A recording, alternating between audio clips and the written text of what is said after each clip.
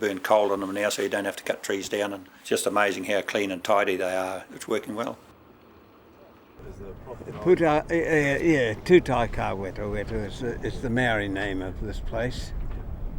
It was named Tutaikaweta by a chief called Te Kaha, who was on the trail of a hated enemy, and this enemy was fleeing ahead of them. And along the trail you've got Tikatatahi, which is one. They left signs everywhere. Tikatatahi means shit on the seashore. And then you come along here, they found signs here, Tutaikaweta, which means diminishing pieces of dung, you know. Further up here, you've got Tutaipawhati, which is a person pushing through the bush, would break a branch, you see, and it would hang down. Although it was still attached to the tree, it would hang down. That's a pawhati. And it somehow got dung on it, Tutaipawhati, you know.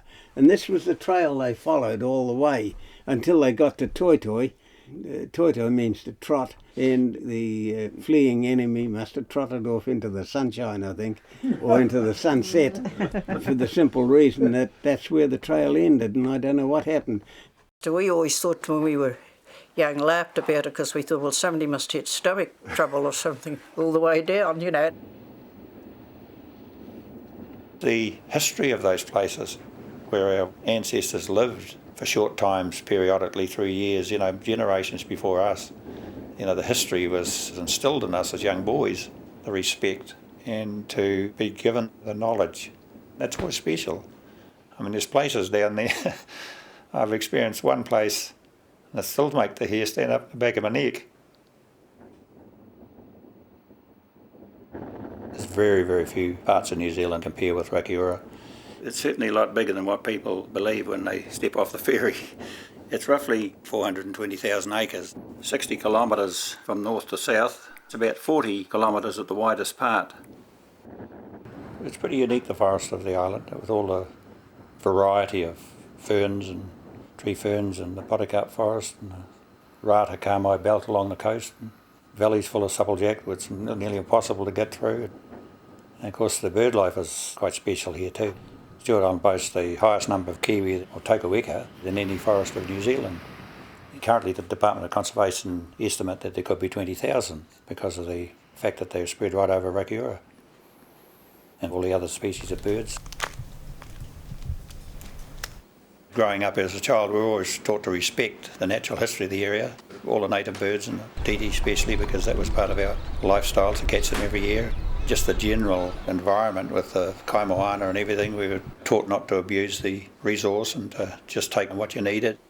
Our responsibility to the lands on the island is to enhance and highlight the opportunities that are there for the beneficiaries.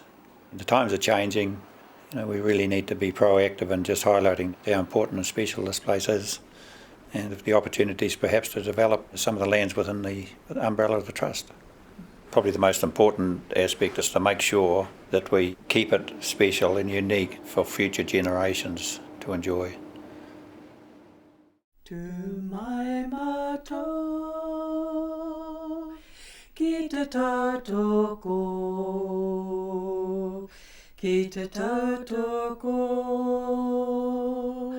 ngā iwi e, tu hono hono tangata, te whanau Rakiura e, tu mai mato, ki te tautoko, ki